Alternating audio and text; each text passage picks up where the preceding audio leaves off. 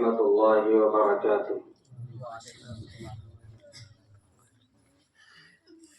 الحمد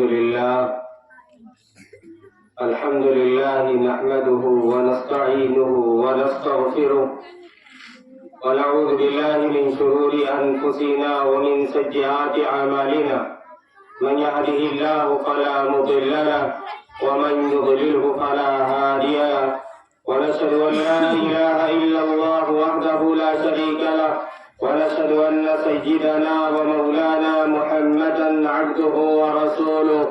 أما بعد، أعوذ بالله من الشيطان الرجيم. بسم الله الرحمن الرحيم. وما أرسلناك إلا رحمة للعالمين. وقال تعالى: بسم الله الرحمن الرحيم. اقرأ باسم ربك الذي خلق، خلق الإنسان من علق. اقرأ وربك الأكرم الذي علم بالقلم، علم الإنسان ما لم يعلم. صدق الله العظيم. وقال رسول الله صلى الله عليه وسلم: لا يؤمن أحدكم حتى يكون هواه تبعا لما جئت به،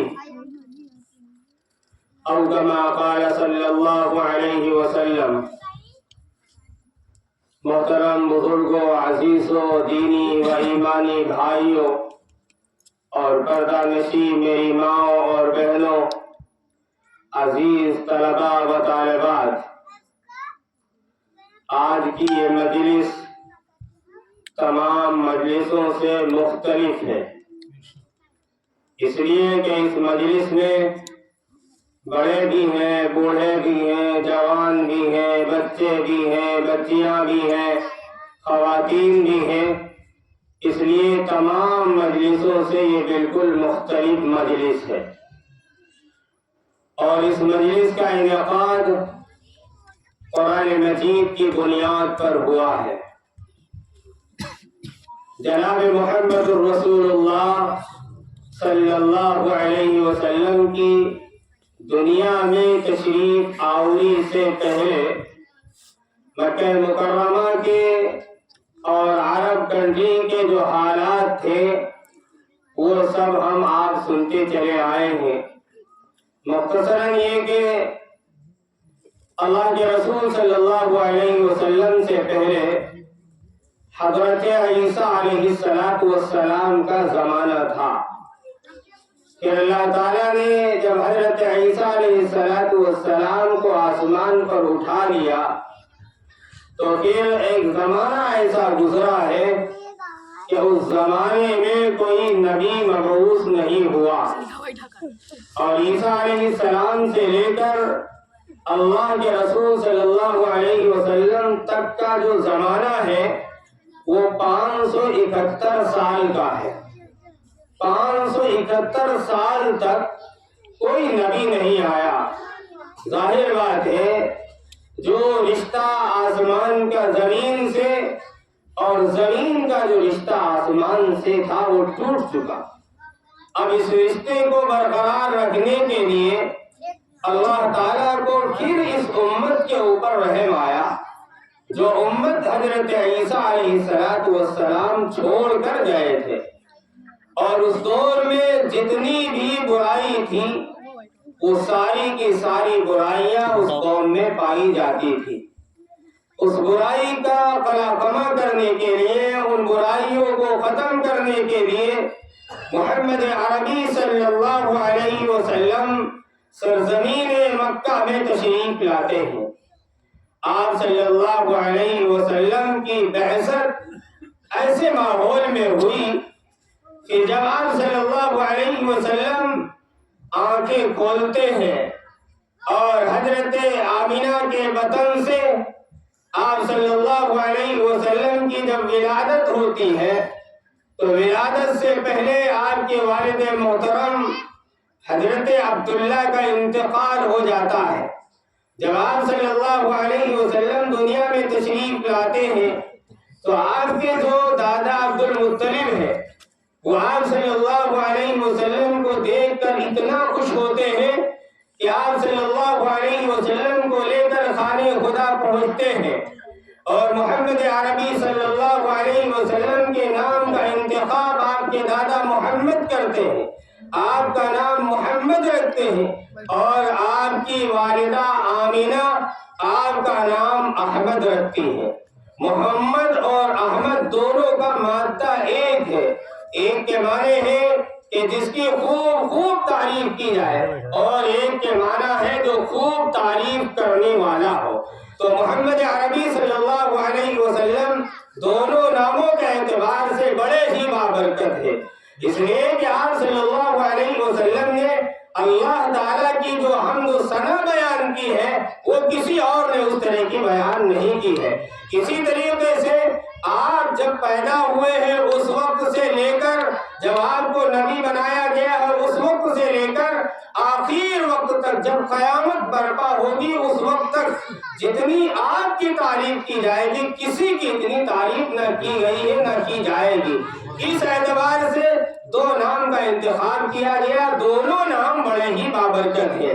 تو اللہ کے رسول صلی اللہ علیہ وسلم مکہ مکرمہ میں پیدا ہوتے ہیں، اور پھر آپ صلی اللہ علیہ وسلم یتیمی کا زمانہ پیدا ہونے سے پہلے ہی پا جاتے ہیں۔ پھر آپ کی پیدائش ہوتی ہے، آپ کی 6 سال کی عمر ہوتی ہے، آپ کی والدہ آمینہ کا بھی انتقال ہو جاتا ہے، اور اس انتقال سے پہلے آمینہ کی وفات سے پہلے جناب محمد الرسول اللہ صلی اللہ علیہ وسلم پر کئی ادوار آئے ہیں۔ ایک تو وقت ایسا آیا ہے کہ محمد عربی صلی اللہ علیہ وسلم کو آپ کی والدہ نے دودھ پلایا، اور اس کے بعد پھر آپ کی والدہ کے بعد آپ کو دائی حلیمہ نے اور اسی طرح سویبہ نے، ان حضرات نے ان خواتین نے آپ کو دودھ پلایا۔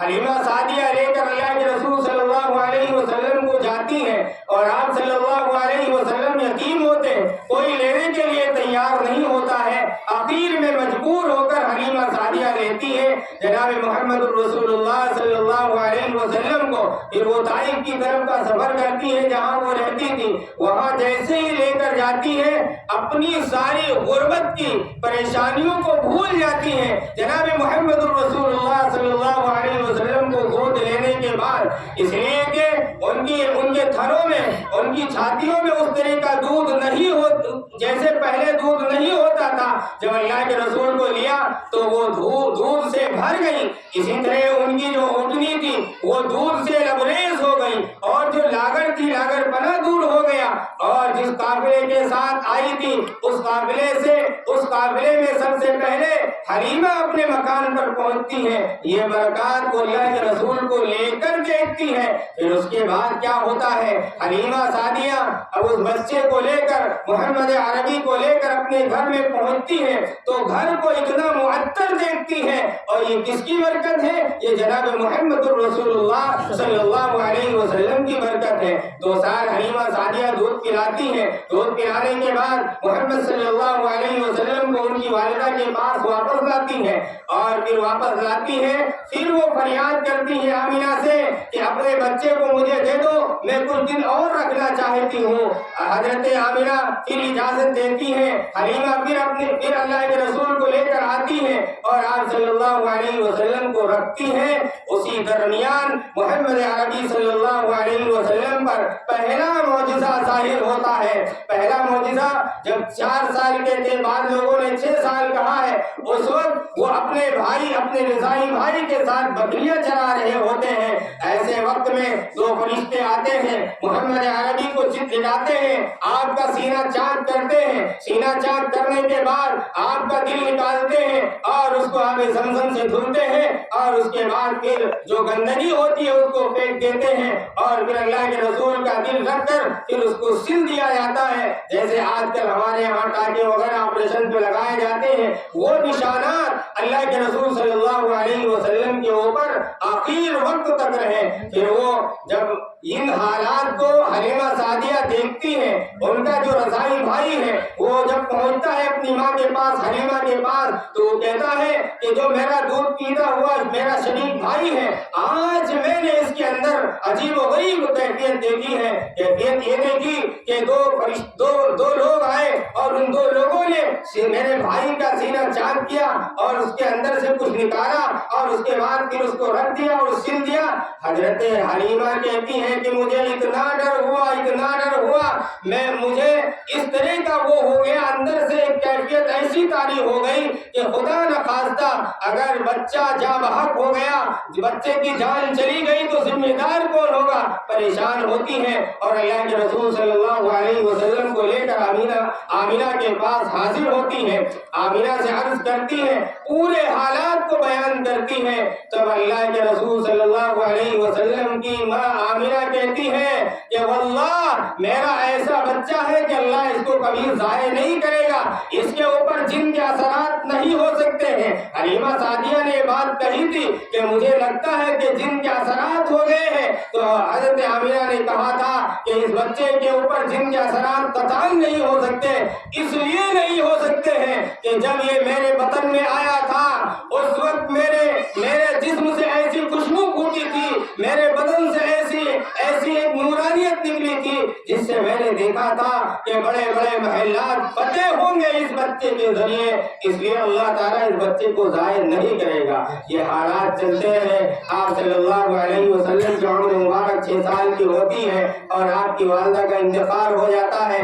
پھر اللہ کے رسول صلی اللہ علیہ وسلم کی کفالت آپ کے دادا کرتے ہیں۔ پھر دادا کی 82 سال کی عمر میں انتقال ہو جاتا ہے، اس وقت اللہ کے رسول کی عمر مبارک 8 سال کی ہوتی ہے۔ پھر آپ کے جو چچا ابو طالب ہیں وہ آپ صلی اللہ علیہ وسلم کی کفالت کرتے ہیں۔ 8 سال کے بعد پھر اللہ کے رسول جب 12ویں سال میں داخل ہوتے ہیں تو ابو طالب اپنے اس چہیتے بچے کو محمد عربی کو ساتھ میں لے کر شام کا سفر کرتے ہیں۔ شام کے سفر میں جب پہنچتے ہیں تو وہاں ایک راہب سے ملاقات ابو طالب کی ہوتی ہے۔ وہ راہب عرض کرتا ہے کہ اے ابو طالب، تم جس بچے کو اپنے ساتھ میں لے کر آئے ہو اس بچے کے اندر میں نبوت کے آثار دیکھ رہا ہوں، آگے چل کر اس کی ایک شان ہوگی، اس کا ایک مقام ہوگا۔ ابو طالب نے پوچھا وہ کون سی چیزیں ہیں جو تم نے دیکھی ہیں؟ اس راہب نے عرض کیا کہ میں نے دیکھا کہ جب یہ بچہ چلتا ہے اس کے اوپر دھوپ ہوتی ہے تو میں نے دیکھا ہے کہ فرشتے اس کے اوپر چادر تان دیتے ہیں، بادل کا سایہ اللہ کی طرف سے ہو جاتا ہے۔ اسی طریقے سے جس جگہ پر یہ بچہ آج قیام کر رہا ہے، جس جگہ پر یہ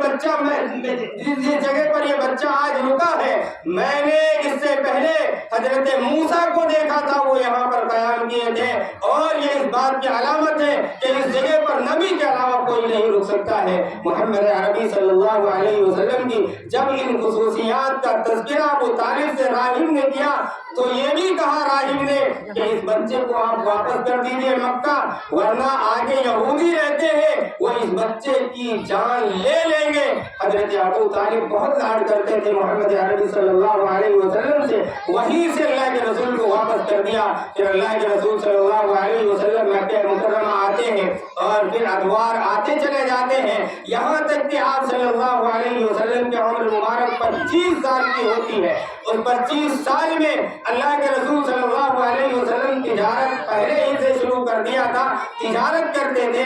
آپ صلی اللہ علیہ وسلم نے حضرت خدیجہ کا مال لیا اور شام کا دوسرا سفر کیا، اور اس میں تجارت میں اتنا نفع ہوا کہ جو ان کا حضرت خدیجہ کا جو غلام میسرہ تھا وہ اللہ کے رسول کے ساتھ میں تھا، جب وہ واپس آیا تو اس نے حضرت خدیجہ سے عرض کیا کہ یہ ایسا نوجوان ہے کہ میں نے اس کے اندر ایسی خصوصیات دیکھی ہیں جو کسی کے اندر نہیں دیکھی۔